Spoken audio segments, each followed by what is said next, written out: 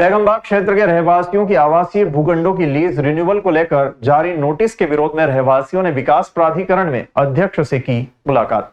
उज्जैन के बेगमबाग क्षेत्र में कई भूखंड विकास प्राधिकरण के हैं, जो कि लोगों को लीज पर दिए गए हैं। लीज की समय सीमा समाप्त होने के बाद भी रहवासियों ने अपने भूखंडों की लीज रिन्यूअल नहीं कराई है। इसके साथ ही नियमों के विपरीत भूखंड उपयोग का परिवर्तन कर दिया गया। कई भूखंडों को व्यावसायिक बना दिया गया तो कई भूखंड को अलग अलग टुकड़े कर बेच दिया गया, जो कि विकास प्राधिकरण के नियमों की अवहेलना है। प्राधिकरण ने लीज रिन्यूअल को लेकर जैसे ही रहवासियों को नोटिस जारी किया तो क्षेत्र में हड़कंप मच गया। मंगलवार को बड़ी संख्या में क्षेत्रवासी विकास प्राधिकरण पहुंचे। यहाँ प्राधिकरण अध्यक्ष श्याम बंसल से मुलाकात की। वहीं श्याम बंसल ने कहा कि जो भूखंड नियमों के तहत यथावत स्थिति में है, उन्हीं की लीज रिन्यूअल की जाएगी। बाकी भूखंडों पर नियमों के तहत कार्रवाई होगी।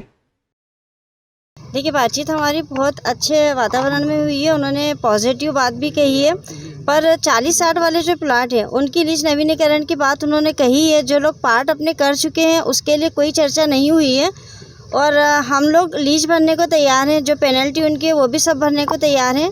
अब जो ये आगे प्रोसेस हमको बताएंगे उसके अकॉर्डिंग हम काम करने को तैयार हैं।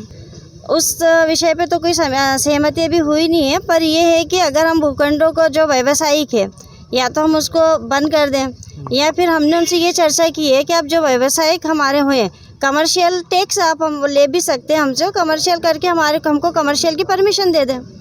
ये आगे की कंडीशन हम आगे डिसाइड करेंगे। अभी तो हमारी कोशिश ये है कि हमको यहीं से राहत मिल जाए, प्राधिकरण वाले ही हमको राहत दे दे। अगर ये नहीं करेंगे तो हमारे अपने घर में बचाने के लिए जो प्रोसेस होगी वो हम करेंगे, वो हमारी आगे की लीगल प्रोसेस है। निराकरण के संबंध में बताया कि भाई 40-60 के संबंध में पहले जो रहवासी जा रहे थे उनकी लीज नहीं भरी जा रही थी, तो उनके द्वारा बताया गया कि भाई आप आओ, हम उसके लिए निराकरण के लिए तैयार है। अभी हमारे एक साथी जो मनोहर भाई हैं, उन्होंने विशेष तौर से उनसे बोला कि साहब 40-60 के हमारे प्लाट, तो साहब ने विशेष तौर से बोला कि 40-60 के लिए तो हमें कोई दिक्कत ही नहीं, हम उसकी लीज का नवीनीकरण करेंगे और जो लीज उसकी पुरानी बाकी है उसको हम जमा करेंगे। जिन लोगों ने रहवासी थे उसका व्यवसायीकरण कर लिया है जमीनों का, भूखंडों का, हाँ। उन लोगों पे किस तरह की फिर वो सहमति बनी? उन्होंने बोला कि उसको वापस जो है आवासीय करो। उस संबंध में उन्होंने बताया कि उसको पूर्व जो हमें जो सूचना पत्र दिए थे उसको उसी स्थिति में आप ले आएंगे तो हम उसके ऊपर भी हम आपका विचार करेंगे। क्या रहवासी इस बिंदु पे फिर राजी हैं? क्या रहवासी इस बात पर राजी हैं, कुछ करेंगे फिर आगे? भाई जो रोड जो होते हैं 30-35 मीटर, हमने साहब को ये बात बताई है। जो साहब के सामने जो बात बताई वो बात हम आपको ही बता रहे हैं कि वो बात हमें बताई गई है।